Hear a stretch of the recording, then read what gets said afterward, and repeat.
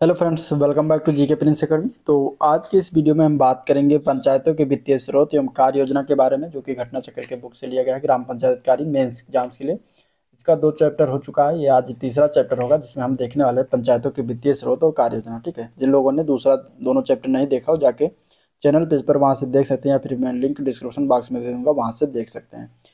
तो चलिए स्टार्ट करते हैं। पंचायती राज संस्थाओं के आय के स्रोत क्या क्या हो सकते हैं, तो इन सभी के बारे में देखेंगे, ऐतिहासिक चीज़ों से लेकर और वर्तमान चीज़ें तक। ठीक है, तो 1951 में नियुक्त जो स्थानीय वित्त जांच समिति जो थी, उन्होंने अपने प्रतिवेदन में स्थानीय संस्थाओं के लिए आरक्षित रखे जाने वाले विभिन्न विषयों पर सुझाव दिए थे।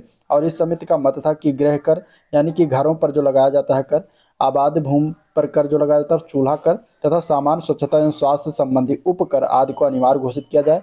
ये जो इसका इस समिति का मत था। ठीक है, इसके बाद इसमें पहला सेशन जो आया 1953-54 में कर जांच आयोग बनाया गया। इन्होंने आरक्षित रखे जाने वाले करों के बारे में सुझाव दिया कि भूमि एवं भवनों पर कर, सड़कों पर चलने वाले वाहनों पर कर, पशुओं एवं नौकाओं पर कर, संपत्ति के हस्तांतरण पर कर आदि को स्थानीय सरकार का आय का साधन बनाया जाए।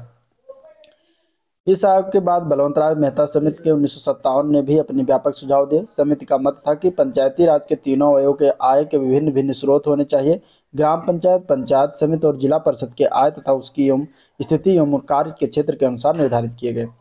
फिर इसके बाद ग्राम पंचायत के आय के स्रोत क्या क्या हो सकते हैं, तो ग्राम पंचायत के आय के स्रोत निम्नलिखित होते हैं। पहला आता है उसमें भू राजस्व की धनराशि के अनुसार 25% से 50% तक पंचायत कर लगता है। प्रांतीय सरकार अथवा स्थानीय अधिकारियों द्वारा अनुदान, मनोरंजन कर, गांव का जो मेला है, बाजार आदि पर जो कर लगाया जाता है, पशुओं और वाहनों आदि पर कर जो लगाया जाता है, मछली तालाब से प्राप्त आय, नालियों सड़कों की सफाई तथा रोशनी के लिए जो लगाया जाता है कर, कूड़ा करकट तथा मृत पशुओं की बिक्री से आय, चूल्हा कर, व्यापार तथा रोजगार कर, संपत्ति के क्रय विक्रय पर कर, पशुओं का रजिस्ट्रेशन फीस और दुग्ध उत्पादन कर आदि ये तरीके से ग्राम पंचायत के आय के स्रोत में शामिल होते हैं। प्रत्येक ग्राम पंचायत के लिए ग्राम कोष होता है, जिसे ग्राम पंचायत निधि कोष कहा जाता है। ग्राम पंचायत के वार्षिक आय व्यय का लेखा जोखा एवं अनुमान की सीमा के अंतर ग्राम सभा या ग्राम पंचायत या उसके किसी समिति के कर्तव्यों का पालन करने के लिए धन खर्च किया जाता है। संबंधित खातों का प्रचालन ग्राम प्रधान व ग्राम पंचायत विकास अधिकारी के संयुक्त हस्ताक्षर से किया जाता है। मोटे तौर पर ग्राम पंचायत की आय के निम्नलिखित साधन हैं। कौन कौन से साधन हैं? पहला उसमें आता है इस अधिनियम के अधीन लगाए गए किसी कर की आय। ठीक है, इसके अलावा राज्य सरकार द्वारा ग्राम पंचायत को दी गई समस्त धनराशियां। ठीक है,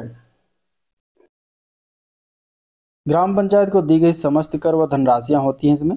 दूसरा वे धनराशियां जिन्हें न्यायालय या किसी अन्य नियम के अंतर्गत ग्राम निधि में जमा करने का निर्देश दिया गया हो। चौथा आता है इसमें विलेज पंचायत एक्ट के अधीन पहले से विद्यमान विलेख पंचायत के नाम, जमा अवशेष यानी बैलेंस यदि कोई हो। और पांचवा है धारा 104 के अधीन प्राप्त समस्त धनराशि। पांचवा के बाद छठवा आता है ग्राम पंचायतों के सेवकों द्वारा कलेक्टेड किया गया धूल, गंदगी, गोबर, कूड़ा करकट, पशुओं के शव आदि बिक्री से प्राप्त जो धन प्राप्त होता है, ये सभी ग्राम पंचायत के आय के साधन होते हैं। इसके अलावा और अन्य सारे हैं जिसमें देख लेते हैं। तो नजूल की संपत्ति और लगान का हिस्सा हो गया, जो राज्य सरकार ग्राम निधि में जमा करने के निर्देश दे। जिला पंचायत और किसी अन्य स्थानीय प्राधिकारी द्वारा ग्राम निधि में अंशदान के रूप में दी गई धनराशि होती है। ऋण अथवा दान के रूप में प्राप्त धनराशियाँ होती हैं। ऐसी अन्य धनराशियाँ जो राज्य सरकार की किसी सामान्य अथवा विशेष आज्ञा द्वारा ग्राम निधि को अभ्यर्पित की जाए। समस्त धनराशियाँ जो धारा 24 अथवा किसी अन्य विधि के अधीन व्यक्ति, निगम अथवा राज्य सरकार के ग्राम पंचायत को प्राप्त हुई है। राज्य की संचित निधि से सहायता अनुदान के रूप में प्राप्त समस्त धनराशियाँ हों। ग्राम पंचायत का पैसे का खर्च सही तरीके से कर रही है, इसकी जांच के लिए ऑडिट भी किया जाता है। और ऑडिट 2 तरीके से होती है। ठीक है, एक सामान्य ऑडिट हर साल अप्रैल और 31 मार्च के बीच में होती है, इसके लिए सरकार ऑडिटर नियुक्त करती है। दूसरी विशेष ऑडिट होती है जो सरकार द्वारा विशेष अवसर पर कराई जा सकती है। ऑडिट के समय आमदनी और खर्च के सारे कागजात जैसे कि कैश बुक, वाउचर बिल, भुगतान की रसीद, प्राप्ति रसीद, बैंक का पासबुक, चेक बुक, अन्य संबंधित अन्य दस्तावेज ऑडिटर को दिखाने होते हैं। इसके बाद अब आता है ग्राम कोष। ग्राम कोष के बारे में अगर हम बात करें तो हर ग्राम सभा का एक ग्राम कोष होता है। ग्राम कोष के 4 भाग हैं। पहला भाग आता है उसमें पहला वस्तु कोष, जिसमें पत्थर, मिट्टी, मुरम, लकड़ी, सीमेंट, किताब आदि जमा किया जाता है। दूसरा है अन्न कोष, जिसमें अनाज इकट्ठे कर रखे जाते हैं। तीसरा आता है श्रम कोष, जिसमें श्रमदान के समय को जमा किया जाता है। चौथा आता है नगद कोष, जिसमें ग्राम के स्रोतों से मिली आय या पंचायत से मिले अनुदान जमा होते हैं। केंद्र या राज्य सरकार गांव के विकास की योजनाओं के लिए ग्राम पंचायत को धन देती है। कुछ राशि कल्याण योजना में विधवा वृद्ध आदि हितग्राहियों के लिए जो है आती है। यह धन नियम के अनुसार ग्राम सभा के ग्राम कोष में जमा करा दिया जाता है। फिर आता है ग्राम पंचायत पंचायत समिति के आय के स्रोत क्या क्या है। तो ग्राम पंचायत समिति के पंचायत समिति के नाम से एक पंचायत समिति निधि का गठन किया जाएगा और जमा खाते में निम्नलिखित प्रकार की राशि जमा की जाएगी।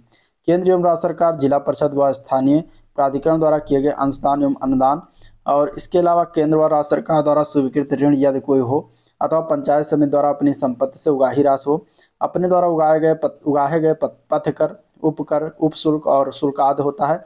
पंचायत समिति में निहित या उसके द्वारा निर्मित या इसके नियंत्रण और प्रबंधन के अधीन किसी विद्यालय, अस्पताल, औषधालय, भवन, संस्थान या किसी निर्माण की बाबत की जो सभी प्राप्तियां होती हैं वह सभी होती हैं।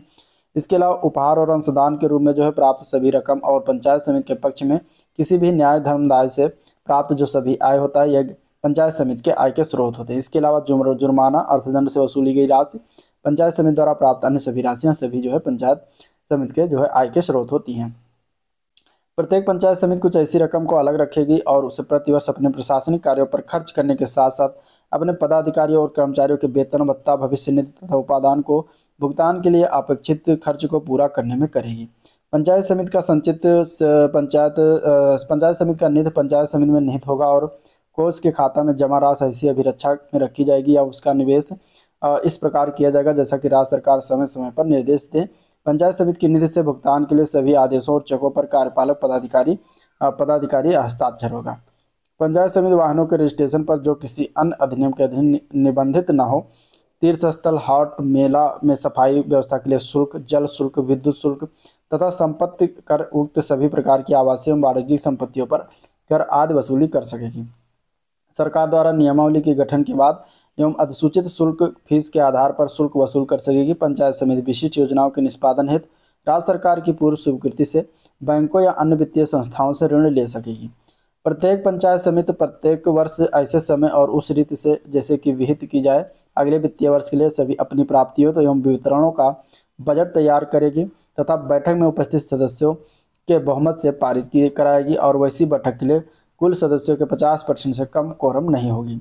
सामान्य तौर पर पंचायत समिति के आय के स्रोत निम्नलिखित हैं। उसमें आता है स्थानीय कर, मंडियों से प्राप्त फीसों जो होती हैं, राज्य सरकार से प्राप्त अनुदान एवं ऋण, दान एवं चंदा, जिला परिषद एवं उसके द्वारा उपलब्ध तदर्थ अनुदान, क्षेत्र पंचायत द्वारा लगाए गए कर एवं शुल्क को प्राप्त आय, घाट, मेला आदि पट्टों से प्राप्त आय, सरकारी अनुदान और सरकार द्वारा क्षेत्र पंचायतों में को जो परियोजनाएं संचालित करने के लिए देती हैं उसकी धनराशि। तो इस प्रकार होती है। अब पंचायत राज संस्थाओं की बजट प्रक्रिया क्या है। तो वर्तमान में विकास और जन कल्याण से संबंधित अनेक केंद्र एवं राज्य प्रायोजित योजनाएं कार्यक्रम ग्राम पंचायत में क्रियान्वित हो रहे हैं, जिसके लिए व्यय का प्रावधान केंद्र एवं राज्य सरकार अपने अपने जो है बजट में करती है और केंद्र व राज्य सरकार की तरह ही पंचायती राज संस्थाओं में भी अपना बजट बनाने का प्रावधान है। पंचायतों के लिए बजट उसके एक वित्तीय वर्ष के कार्यक्रम का दस्तावेज होता है। पंचायत का कोई भी व्यय जो है बिना बजट के अनुमोदन नहीं हो सकता है। सामान्यतः किसी भी बजट के दो मुख्य घटक होते हैं, पहला होता है प्राप्तियां, दूसरा होता है व्यय। ठीक है, तो पंचायत द्वारा तैयार किए जाने वाले बजट में मुख्य घटक में पहला आता है प्राप्तियां। तो उसको अगर हम देखें तो ये बजट का सबसे महत्वपूर्ण पक्ष होता है। इसमें एक वित्तीय वर्ष में विभिन्न स्रोतों से प्राप्त होने वाले आय को रखा जाता है। वर्तमान में पंचायत को 4 स्रोतों से वित्तीय सहायता प्राप्त हो रहे हैं। पिछड़ा क्षेत्र अनुदान फंड और इसके अलावा वित्त आयोग, राज्य वित्त आयोग तथा मनरेगा ये सभी आते हैं, इसमें वित्तीय सहायता प्राप्त होते हैं। बजट के प्राप्तियां पक्ष के 2 भागों में विभाजित किया जाता है, एक है राजस्व प्राप्तियां, दूसरा है पूंजीगत प्राप्तियां। ठीक है, राजस्व प्राप्तियां क्या है, तो इसमें वैसे आय के स्रोत को शामिल किया जाता है जिसके संबंध में कोई भुगतान नहीं करना पड़ता है। उल्लेखनीय है कि राजस्व प्राप्तियों से पंचायत के देवताओं में न तो वृद्धि होती है न ही परिसंपत्तियों में कमी आती है। इसी कारण राजस्व प्राप्तियों को जो है आर्थिक क्रियाओं को जो है प्रतिफल माना जाता है। ठीक है,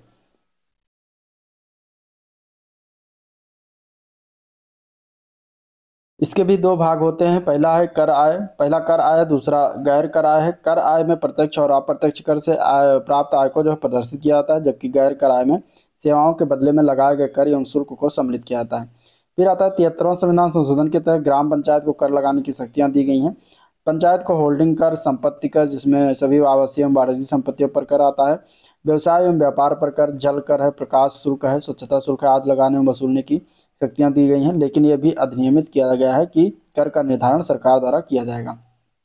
पूंजीगत प्राप्तियां, इसमें वैसे प्राप्तियों को शामिल किया जाता है जिससे पंचायत की देयताओं में जो है बढ़ोतरी होती है तथा परिसंपत्तियों में कमी आती है। जैसे ऋण की वापसी, निवेश से प्राप्ति, आय आदि होता है। ठीक है, उल्लेखनीय है कि ग्राम पंचायत हाट, बाजार, मेला आदि से राजस्व की उगाही कर सकते हैं, लेकिन अभी ये प्रावधान व्यवहारिक रूप में नहीं है।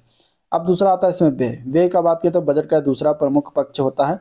इसमें वैसे व्ययों को शामिल किया जाता है जो पंचायत द्वारा वित्तीय वर्ष में विभिन्न योजना, कार्यक्रम और सेवाओं पर व्यय किया जाता है। इसे लोक व्यय भी कहा जाता है। बजट के व्यय पक्ष को दो भागों में बांटा जाता है। पहला राजस्व व्यय, दूसरा आता है पूंजीगत व्यय। ठीक है, फिर आता है बजट के प्रकार। बजट के प्रकार में देखेंगे तो पहला पारंपरिक बजट होता है। तो बजट के पारंपरिक स्वरूप को पारंपरिक बजट कहा जाता है। इसके मुख्य उद्देश्य सरकारी व्ययों पर नियंत्रण करना होता है। उल्लेखनीय है कि बजट वर्तमान योजनाओं के नवीनीकरण और समीक्षा का मौका देता है ताकि सही दिशा में व्यय हो सके। अतएव पंचायतों को जो है विकासात्मक स्वरूप अपनाना चाहिए। निष्पादन बजट दूसरा होता है। तो जब कार्य परिणाम लक्ष्यों को प्राप्ति के आधार पर बजट बनाया जाता है तो उसे निष्पादन कहा जाता है। इसमें आय व्यय के लेखा जोखा होने के साथ कार्य निष्पादन के मूल्यांकन का आधार बनाया जाता है। उल्लेखनीय है कि प्रथम हूपर आयोग ने जो है सर्वप्रथम 1949 में इस प्रकार के बजट की अनुशंसा किया था। तीसरा बजट आता है पूंजी बजट। इस प्रकार के बजट में केवल पूंजीगत प्राप्तियों एवं व्ययों को भी शामिल किया जाता है। चौथा आता है परिणाम बजट। इस प्रकार के बजट में जो है भौतिक लक्ष्यों का निर्धारण गुणवत्ता के ध्यान में रखकर किया जाता है। कार्य निष्पादन के लिए धन निर्धारित राशि को सही समय, सही गुणवत्ता और सही मात्रा में जो है उपलब्ध कराने की व्यवस्था सुनिश्चित की जाती है। उल्लेखनीय है कि इस प्रकार का बजट जो सबसे पहले 2005 में बना था।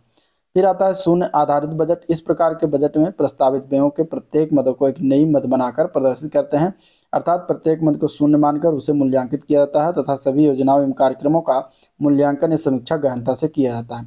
उल्लेखनीय है कि इस प्रकार के बजट की शुरुआत सर्वप्रथम 1986-87 के बजट से किया गया था। फिर आता है जेंडर बजट। जेंडर बजट की बात करें तो जब बजट को लिंग विशेष के आधार पर तैयार किया जाता है तो उसे जेंडर बजट कहते हैं। सामान्यतः इस प्रकार के बजट में महिलाओं के लिए अलग से रणनीति तैयार किया जाता है।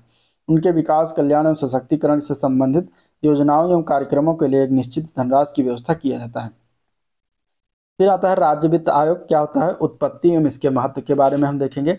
तो राज्य वित्त आयोग की अगर हम बात करें तो 74वां संविधान संशोधन के उद्देश्य के परिणाम की उद्घोषणा में यह दर्शाया गया है कि कई राज्यों में स्थानीय निकाय कई कारणों से कमजोर और अप्रभावी हो जाते हैं, जिनमें अनियमित चुनाव, विलंबित अधिशोषण शक्तियां और कार्यों का पर्याप्त जो है हस्तांतरण शामिल है।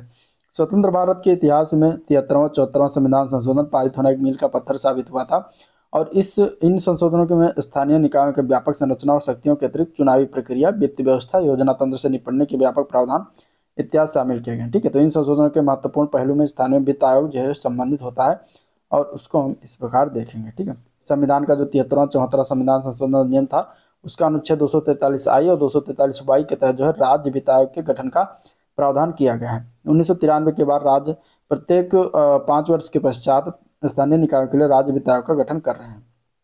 प्रावधान के अनुसार वित्त आयोग का गठन प्रत्येक 5 वर्षों के पश्चात किया जाएगा। इसका कोई स्थायी कार्यकाल निश्चित नहीं है। जैसे ही आयोग अपनी रिपोर्ट प्रस्तुत कर देता है तो इसकी कार्यावधि में जो है समाप्त हो जाती है। प्रत्येक राज्य में वित्त आयोग का गठन राज्यपाल की घोषणा के आधार पर किया जाता है और इसके अध्यक्ष एवं सदस्यों के पदभार ग्रहण के बाद जो है यह अस्तित्व में आता है। किसी भी व्यक्ति को वित्त आयोग का सदस्य या अध्यक्ष नियुक्त करने से पहले राज्यपाल का इस संदर्भ में संतुष्ट होना आवश्यक है और कि उस व्यक्ति का वित्तीय तथा अथवा किसी भी प्रकार का कोई हित न हो जिसका उसके कार्य पर जो है प्रतिकूल प्रभाव हो, और न ही उस व्यक्ति का कोई हित वित्त आयोग के अन्य सदस्यों के किसी कार्य में कोई बाधा डालता हो। ठीक है, सदस्यों का कार्यकाल की बात करेंगे तो राज्य वित्त आयोग का प्रत्येक सदस्य राज्यपाल द्वारा निर्धारित कार्यावधि तक नियुक्त किया जाता है, किंतु वह पुनर्नियुक्ति के लिए पात्र होगा और यह प्रावधान है कि वह अपनी कार्यावधि पूर्ण होने से पहले अपने पद से त्यागपत्र दे सकता है और वह अपना त्यागपत्र राज्यपाल को सौंपेगा। ठीक है, सेवा की शर्तें की बात करें तो वित्त आयोग के अध्यक्ष सदस्य राज्य वित्त आयोग को अपनी पूर्णकालिक अथवा अल्पकालिक सेवा प्रदान कर सकते हैं। जैसे राज्यपाल प्रत्येक मामले में निर्देश दें और उन्हें राज्य सरकार की आज्ञा के अनुसार शुल्क अथवा वेतन एवं भत्ते दिए जाएंगे। फिर आता है राज्य वित्त आयोग शक्तियाँ और कार्य। तो राज्य स्तर पर वित्त आयोग का गठन नगरपालिकाओं और पंचायतों की वित्तीय स्थिति की समीक्षा करने तथा सिफारिश करने के लिए होता है। प्रत्येक राज्य में राज्य वित्त आयोग के गठन से पहले एक अधिसूचना जारी किया जाता है। राज्य वित्त आयोग ग्रामीण एवं शहरी निकायों की वित्तीय स्थिति समीक्षा करता है और जिसमें ग्राम पंचायत, पंचायत संघ परिषद, जिला पंचायत, नगर पालिका, नगर निगम के लिए जो है निम्नलिखित सिफारिशें करता है। पहला उसमें आता है राज्य द्वारा लगाया गया एवं एकत्रित कर एवं राजस्व की शुल्क प्राप्ति राज्य एवं स्थानीय निकायों के बीच का वितरण करना। दूसरा है करों एवं शुल्कों का निर्धारण जिससे स्थानीय निकायों को सौंपा जा सकता है अथवा स्थानीय निकायों द्वारा विनियोजित किया जा सकता है तथा राज्य की समेकित निश्चय स्थानीय निकायों को सहायता में अनुदान, पंचायतों और नगरपालिकाओं की वित्तीय स्थिति सुधारने के लिए आवश्यक उपाय होता है। ठीक है। फिर आता है राज्य वित्त आयोग निम्नलिखित के संबंध में ये ध्यान रखकर केंद्रित करके जो है सिफारिशें करता है। भारत सरकार दिशा निर्देशों के अनुसार ग्रामीण और शहरी स्थानीय निकायों का वर्गीकरण एवं उसके परिणाम का स्थानांतरण का वर्तमान स्तर, अन्य संसाधनों का राज्य एवं केंद्रीय सरकारों से हस्तांतरण और अन्य एजेंसियां जिनमें राज्य वित्त आयोग द्वारा स्थानीय निकायों के पुरस्कार और सिफारिशें तथा उनकी पर्याप्तता शामिल है। पूंजी निर्माण की आवश्यकता को ध्यान में रखते हुए राजस्व को पूरा करने के लिए स्थानीय निकायों की आवश्यकता होती है। अगले वित्तीय वर्ष के लिए स्थानीय निकायों के राजस्व संसाधन होने चाहिए। इसके अलावा आवर्ती हित घटकों के व्यय के उचित राजकोषीय प्रबंधन के संदर्भ में वित्त आयोग और राज्य वित्त आयोग के सिफारिशों को कार्यान्वित करने की स्थिति और स्थानीय निकायों के संसाधनों द्वारा जो है उसका उपयोग करना, तो ये सब सिफारिशें करता है। पांचवें वित्त आयोग की बात करेंगे। पांचवा वित्त आयोग जो है अंतर्गत पंचायती राज संस्थाओं हेतु धनराशि का जनपदवार विभाजन 90% जनसंख्या 2011 के अनुसार तथा 10% क्षेत्रफल के आधार पर किया जाएगा। राज्य वित्त आयोग के अंतर्गत ग्रामीण निकायों को अंतरित की जाने वाली धनराशि का बंटवारा जिला पंचायत क्षेत्र, क्षेत्र पंचायत एवं ग्राम पंचायतों के जो है मध्य जो है 15:15:70 के अनुपात में जो है किया जाएगा। जनपद स्तर पर ग्राम पंचायतों के उपलब्ध कुल संक्रमित धनराशि का बंटवारा जनपद की ग्राम पंचायतों के मध्य 90:10 के सिद्धांत पर 90% कुल जनसंख्या का तथा 10% अनुसूचित जाति जनजाति की जनसंख्या का भार देते हुए किया जाएगा। क्षेत्र पंचायत के लिए जो उपलब्ध कुल धनराशि का बंटवारा जो है क्षेत्र पंचायत के मध्य 90:10 के सिद्धांत पर 90% कुल जनसंख्या तथा 10% अनुसूचित जाति जनजाति जनसंख्या को भार में देते हुए किया जाएगा। जिला पंचायत के लिए भी 90:10 का होगा और उसी तरीके से 90 और 10% के भार के अनुसार जो है दिया जाएगा। प्रतिवर्ष संक्रमित की जाने वाली धनराशि के में राज्य स्तर पर जो है पंचायती राज प्रशिक्षण संस्थान के लिए 0.15% धनराशि जो है मात्राकृत की जाएगी और यह मात्राकृत धनराशि लैप्स या परिवर्तित यानी डाइवर्ट नहीं होगी। संक्रमण की जाने वाली धनराशि से ग्राम पंचायत, क्षेत्र पंचायत एवं जिला पंचायत निम्नानुसार कार्य करा सकेगी। उसमें आता है शासकीय भवनों का रखरखाव, स्ट्रीट लाइट, खुले में शौच से मुक्ति यानी ओडीएफ और सरकारी शासकीय भवनों और सार्वजनिक स्थलों विद्युत देयकों का भुगतान आदि करना। ठीक है। इसके अलावा इसमें अगर हम बात करें तो पंचायतों पर सड़कों का निर्माण एवं रखरखाव करना, पेयजल योजनाओं का निर्माण रखरखाव, ठोस तरल अपशिष्ट प्रबंधन करना, सामुदायिक शौचालय जन सुविधाएं उपलब्ध करवाना, अंत्येष्टि स्थल की बाउंड्री आदि करवाना, तो ये सभी कार्य जो है इसके द्वारा किया जाएगा। ग्रामीण शासकीय विद्यालयों में अवस्थापना सुविधाओं का विकास केंद्रीय वित्त आयोग एवं राज्य वित्त आयोग की धनराशि से किया जाता है। चूँकि केंद्रीय वित्त आयोग के अंतर्गत जो धनराशि उपलब्ध कराई जा रही है उससे स्कूलों में अवस्थापना सुविधाओं के उच्चीकरण विकास को वरीयता दी जाएगी। पंचायतें अपने स्वामित्व वाले गो आश्रय स्थलों के विकास एवं संचालन हेतु आवश्यक धनराशि का व्यय राज्य वित्त आयोग की धनराशि से करेगी। पंचायतों के वित्तीय सशक्तिकरण हेतु उठाए गए कदम में पहला कदम आता है डॉक्टर राम मनोहर लोहिया पंचायत सशक्तिकरण योजना, जो कि ये 2015-16 में राज्य सरकार के द्वारा पूर्णतः राज्य सरकार के वित्तीय सहयोग से इसको चलवाया गया था। इसका उद्देश्य था पंचायतों में ई गवर्नेंस की स्थापना करना, पंचायतों में ई गवर्नेंस की उत्तरोत्तर वृद्धि किया जाना, पंचायतों के सशक्तिकरण हेतु तकनीकी सहायता प्रदान करना, पंचायतों का प्रशिक्षण के माध्यम से क्षमता विकास करना। ठीक है। योजना की गतिविधियां क्या रही थी, तो राज्य कार्यक्रम प्रबंधन की इकाई हेतु परामर्शी एवं कर्मी रखे गए, जनपद कार्यक्रम प्रबंधन की इकाई हेतु परामर्शी रखे गए, जनपद कार्यक्रम प्रबंधन इकाई हेतु डेस्कटॉप कंप्यूटर सिस्टम रखा गया, ई गवर्नेंस के अंतर्गत विकसित सॉफ्टवेयर का प्रशिक्षण आदि दिया गया। योजना के संचालन हेतु जो है समितियों का गठन किया गया। इसमें राज्य स्तर पर निम्नलिखित दो समितियों के माध्यम से योजना का संचालन एवं संगठन किया गया। उसमें पहला आता है ई पंचायत स्टेट रिव्यू कमेटी। शासन स्तर पर अपर मुख्य सचिव या प्रमुख सचिव पंचायती राज विभाग उत्तर प्रदेश की अध्यक्षता में ई पंचायत स्टेट रिव्यू कमेटी का गठन किया गया है। दूसरा आता है कार्यकारी समिति। इसमें निदेशालय शासक स्तर पर जो है निदेशक महोदय की अध्यक्षता में कार्यकारी समिति का गठन किया गया है। फिर आता है पंडित दीनदयाल उपाध्याय पंचायत सशक्तिकरण पुरस्कार। ठीक है। और इसमें अगर हम बात करें तो उद्देश्य की बात करेंगे तो पंचायतों को जवाबदेह संस्था के रूप में विकसित किए जाने हेतु प्रोत्साहित किया जाना इसका मेन उद्देश्य रहा था।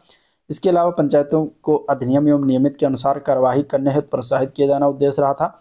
उत्कृष्ट कार्य करने वाली पंचायतों को पुरस्कृत किया जाना यह भी इसका उद्देश्य रहा था। पंडित दीनदयाल उपाध्याय पंचायत सशक्तिकरण पुरस्कार पंचायत को स्वयं को सौंपे गए दायित्वों के अनुसार कृत्यशीलता की ओर अग्रसर करने हेतु कारगर माध्यम है। पंचायती राज मंत्रालय भारत सरकार द्वारा वित्त पोषित उक्त योजना प्रदेश में वर्ष 2011-12 से लागू हो 2013-14 से उक्त योजना को राजीव गांधी पंचायत सशक्तिकरण अभियान में सम्मिलित कर दिया गया। प्रदेश में वर्ष 2011-12, 2012-13 में निश्चित मानकों के आधार पर क्रमशः 2010-11 तथा 2011-12 में सर्वोत्कृष्ट कार्य करने वाली ग्राम पंचायत, क्षेत्र पंचायत व जिला पंचायतों से प्राप्त सूचनाओं एवं उनके सत्यापन के आधार पर प्रत्येक वर्ष 26 ग्राम पंचायत, 4 क्षेत्र पंचायत व 2 जिला पंचायतों को चयनित किया गया था। इन पंचायतों के प्रतिनिधि के रूप में उनके प्रधान, प्रमुख तथा अध्यक्षों को भारत सरकार के स्तर पर 24 अप्रैल को राष्ट्रीय पंचायती राज दिवस के अवसर पर प्रशस्ति पत्र देकर सम्मानित किया गया था। 24 अप्रैल को राष्ट्रीय पंचायती राज दिवस भी मनाया जाता है। उक्त योजना के अंतर्गत पुरस्कृत की जाने वाली पंचायतों को 2011-12 के सापेक्ष प्रशस्ति पत्र के साथ साथ प्रति ग्राम पंचायत 7 लाख रुपए, क्षेत्र पंचायत को 15 लाख रुपए और जिला पंचायत को 25 लाख रुपए की धनराशि से पुरस्कृत किया गया था। ठीक है, 2012-13 में इस पुरस्कार की राशि को बढ़ाया गया, फिर ग्राम पंचायत के लिए 9 लाख कर दिया गया, क्षेत्र पंचायत के लिए 20 लाख और जिला पंचायत के लिए 40 लाख कर दिया गया। ठीक है, तो इतने सारे योजना के अंतर्गत चयन के पूर्व निर्धारित प्रक्रिया के अंतर्गत चयनित सर्वोत्कृष्ट 2 जिला पंचायत, 1 क्षेत्र पंचायत और 26 ग्राम पंचायतों को चयन करके पुरस्कृत किया जाता है। 15वें वित्त आयोग को मंत्रालय द्वारा दिए गए प्रस्ताव में देखें तो इसमें जो है मंत्रालय ने सुझाव दिया था कि 15वां वित्त आयोग अपनी संशोधित पंचायत अवधि 2021 से लेकर 2026 के लिए पंचायती राज संस्थाओं के लिए अनुदान 10 लाख करोड़ रुपए करने पर विचार करे। ठीक है, इनकी यह जो है प्रस्ताव रहा था, ये सुझाव दिया गया था मंत्रालय के द्वारा। आयोग अपनी 2020-21 की रिपोर्ट में प्रावधानों की संगतता में पंचायत अवधि 2021 से 25 के प्रारंभिक 4 वर्षों के लिए जो है पंचायती राज संस्थाओं हेतु अनुदानों के हस्तांतरण को जो है 50% मूलभूत सेवाओं की सुनिश्चितता के लिए अनाबद्ध रखें और शेष 50% को पेयजल आपूर्ति और स्वच्छता के लिए आबद्ध रखें। इसके पश्चात पेयजल आपूर्ति स्वच्छता में प्रत्याशित क्रमिक ठहराव को ध्यान में रखते हुए 2025-26 में 25% को जलापूर्ति एवं स्वच्छता के आबद्ध रखें तथा 75% को अनाबद्ध रखें। ठीक है, अनाबद्ध अनुदानों में से पंचायती राज संस्थाओं को आउटसोर्सिंग और या संविदा के माध्यम से मूलभूत सेवाएं प्रदान करने के लिए अनुमति दी जानी चाहिए। इनको यह भी अनुमति होनी चाहिए कि ये विभिन्न राजस्व आवर्ती व्यय जैसे परिचालन, रखरखाव, मजदूरी भुगतान, इंटरनेट व टेलीफोन के खर्च, ईंधन खर्च, किराया और आपदाओं के दौरान आकस्मिक व्यय हेतु जो है अनुदान का उपयोग कर सकें। मंत्रालय ने 2021 से 26 के 5 वर्ष की अवधि के लिए 12,000 करोड़ रुपए के अतिरिक्त अनुदान का प्रस्ताव किया है ताकि राज्य उन ग्राम पंचायतों में जिनके पास अभी तक अपना स्वयं का पंचायत भवन नहीं, समयबद्ध रूप से पंचायत भवनों का निर्माण करा सकें। फिर आता है ग्राम पंचायत विकास योजना, जिसमें GPDP जिसको कहते हैं हमारी योजना हमारा विकास का जो है लक्ष्य। और इसमें अगर हम बात करें तो ग्राम पंचायतों के समग्र एवं समेकित विकास हेतु ग्राम पंचायत विकास योजना हमारी योजना हमारा विकास की प्रक्रिया को प्रदेश के सभी ग्राम पंचायत में 2015-16 से लागू किया गया है। और ग्राम पंचायतों द्वारा जो है सहभागी नियोजन से तैयार की गई वार्षिक कार्य योजना संसाधनों के बेहतर प्रबंधन और विभिन्न संसाधनों के कन्वर्जेंस पर जो है आधारित है। तो ग्राम पंचायतों की विकास योजना का उद्देश्य ग्राम पंचायतों के सामाजिक, आर्थिक और व्यक्तिगत विकास की दिशा में प्रगतिशील करना, समुदाय को निर्णय लेने के सक्षम बनाना है। फिर आता है ग्राम पंचायत विकास योजना क्यों लाया गया इसके लिए, तो ये ग्राम पंचायतों का समान सामाजिक, आर्थिक एवं व्यक्तिगत विकास करने के लिए, समुदाय को निर्णय लेने हेतु सक्षम बनाने के लिए, विकास कार्यों में पारदर्शिता एवं उत्तरदायित्व में बढ़ोतरी के लिए, सहयोगी नियोजन एवं संसाधनों के अवसरण को बढ़ावा देने के लिए, वंचित वर्गों की आवश्यकता के साथ सामाजिक सुरक्षा को प्रमुखता से सम्मिलित करते हुए अनुसूचित जनजाति एवं अनुसूचित जाति के कल्याण को प्राथमिकता देने के लिए एवं नियोजन की प्रक्रिया को मांग आधारित जो है बनाने के लिए ये ग्राम विकास योजना लाया गया। ठीक है, ग्राम पंचायत विकास योजना निर्माण में 5 चरण है। पहला चरण आता है वातावरण का निर्माण, दूसरा चरण आता है पारिस्थितिकीय विश्लेषण, तीसरा चरण आता है आवश्यकता एवं समस्या की पहचान एवं प्राथमिकता निर्धारण, चौथा चरण है ग्राम पंचायत विकास योजना के लिए जो है संसाधनों का निर्धारण एवं ड्राफ्ट प्लान का विकास, पांचवा चरण आता है तकनीकी एवं प्रशासनिक स्वीकृति। ठीक है, अब ग्राम पंचायत विकास योजना कैसे, तो देखिए ग्राम पंचायत विकास योजना के अंतर्गत ग्राम सभाओं की बैठक के माध्यम से जन समुदाय की आवश्यकताओं का चिन्हीकरण एवं प्राथमिकीकरण करके विभिन्न स्रोतों एवं योजनाओं से उपलब्ध होने वाले संसाधनों को समेकित करके सहभागी नियोजन द्वारा जो है वार्षिक एवं पंचवर्षीय कार्य योजना तैयार किया जाता है। इस प्रकार तैयार की गई वार्षिक कार्य योजनाओं को पंचायती राज मंत्रालय भारत सरकार के सॉफ्टवेयर प्लान प्लस पर जो है अंकित किया जाता है। तत्पश्चात क्रियान्वयन से संबंधित सॉफ्टवेयर एक्शन सॉफ्ट पर जो है प्रत्येक वर्क ID के साथ सापेक्ष तकनीकी एवं प्रशासनिक अनुमोदन के उपरांत भौतिक एवं वित्तीय प्रगति जो है अंकित की जाती है। ठीक है, अब परियोजना की तकनीकी एवं प्रशासनिक स्वीकृति पहले होता है 50,000 रुपये तक की कार्य योजना का अनुमोदन एवं स्वयं ग्राम पंचायत के द्वारा किया जाता है। फिर 50,000 से 2.5 लाख तक की कार्य योजना का अनुमोदन सहायक विकास अधिकारी के द्वारा किया जाता है। स्वीकृति 2.5 लाख से लेकर 5 लाख तक का कार्य योजना का जो है अनुमोदन ये जिला पंचायत राज अधिकारी के द्वारा किया जाता है। 5 लाख से ऊपर की कार्य योजना का अनुमोदन जिला अधिकारी के द्वारा किया जाता है। ठीक है। अब उत्तर प्रदेश पंचायती राज अधिनियम पर गवर्नर द्वारा हस्ताक्षर 7 दिसंबर 1947 के हो गए। ये पॉइंट टू पॉइंट है, इसको याद रखिएगा। उत्तर प्रदेश में पंचायत की प्रथम बार स्थापना 15 अगस्त 1949 को हुआ था। ठीक है। ग्राम पंचायतों का गठन यथासंभव 1000 की आबादी पर किया जाता है। इसके अलावा पंचायतों में मतदाता बनने के लिए न्यूनतम आयु 18 वर्ष है। पंचायतों के सदस्य अथवा प्रधान एवं अन्य पदाधिकारियों के लिए न्यूनतम आयु 21 वर्ष है। ग्राम पंचायत का अध्यक्ष ग्राम प्रधान होता है। ग्राम प्रधान का चुनाव प्रत्यक्ष रूप से ग्राम सभा के मतदाताओं के द्वारा किया जाता है। ग्राम पंचायत के सदस्यों का चुनाव भी प्रत्यक्ष रूप से मतदाताओं के द्वारा होता है। उप प्रधान का चुनाव ग्राम पंचायत के चुने हुए सदस्यों में से किया जाता है। ठीक है। तो इस तरीके से पॉइंट टू पॉइंट कुछ बातें थी। इसके बाद प्रदर्शन आधारित प्रोत्साहन एवं अनुदान की बात कर लेते हैं। तो 15वें वित्त आयोग ने 2022-23 से 25-26 तक स्थानीय निकायों के लिए कुल 4,36,361 करोड़ रुपए के अनुदान की जो है सिफारिश की है। इसमें राज्यों के शैक्षिक गुणवत्ता बढ़ाने के लिए प्रोत्साहित करने के लिए हेतु जो है 4,800 करोड़ रुपए प्रत्येक वर्ष 1,200 करोड़ रुपए की अनुदान की सिफारिश किया गया है। इसके अलावा आयोग ने 6,413 करोड़ रुपए उच्च शिक्षा में क्षेत्रीय भाषाओं यानी कि मातृभाषा में व्यावसायिक पाठ्यक्रम जिसमें चिकित्सा और इंजीनियरिंग के क्षेत्र को आते हैं उनको प्रोत्साहित करने के लिए ऑनलाइन शैक्षिक गतिविधियों बढ़ावा देने की सिफारिश की है। 15वें वित्त आयोग ने कृषि सुधारों को लागू करने के लिए सभी राज्यों के लिए प्रदर्शन आधारित प्रोत्साहन के रूप में 45,000 करोड़ रुपए देने की सिफारिश किया है। जिन राज्यों ने जनसंख्यांकिकी मोर्चे पर बेहतर प्रदर्शन किया है उन्हें 15वें वित्त आयोग ने 12.5% का हिस्सेदारी में भी वेटेज दिया है। ठीक है। उपरोक्त के अलावा निम्नलिखित अनुदान तालिका में जारी किया गया है। अब देखिए इसमें अनुदान 2021 to 2026 में राजस्व घाटा अनुदान इसमें किया गया है 2,94,514। ठीक है। इसके अलावा करोड़ और स्थानीय निकाय अनुदान के लिए 4,36,361, आपदा प्रबंधन के लिए 1,22,601, सेक्टर आधारित के लिए 1,29,986 करोड़, स्वास्थ्य क्षेत्र में 3,31,755 करोड़ रुपए, स्कूली शिक्षा के लिए 4,800 करोड़ रुपए, उच्च शिक्षा के लिए 6,143 करोड़ रुपए, कृषि आधारित सुधारों के लिए अमल के लिए 45,000 करोड़ रुपए। ठीक है। PSGSY योजना के सड़क पर रखरखाव के लिए 27,529 करोड़ रुपए, न्यायिक क्षेत्र के लिए 10,425 करोड़ रुपए, लेखा के लिए 1,175 करोड़ रुपए, आकांक्षी जिला और ब्लॉक के लिए 3,150 करोड़ रुपए, राज्य आधारित जो है 49,599 करोड़ रुपए। और टोटल की अगर बात करें तो 10,33,000 ठीक है 62 करोड़ रुपए जो है दिया गया है। ये अनुदान राशि की सिफारिश किया गया है 15वें वित्त आयोग के द्वारा 2021 से 2025-26 के लिए। तो इस तरीके से ये था ओवरऑल वीडियो जिसको हम लोगों ने देखा, डिस्कस किया। अगर वीडियो पसंद आया तो लाइक करिए, चैनल को सब्सक्राइब नहीं किया अभी तो सब्सक्राइब कर लीजिएगा, साथ ही साथ अपने दोस्तों में शेयर भी करिएगा।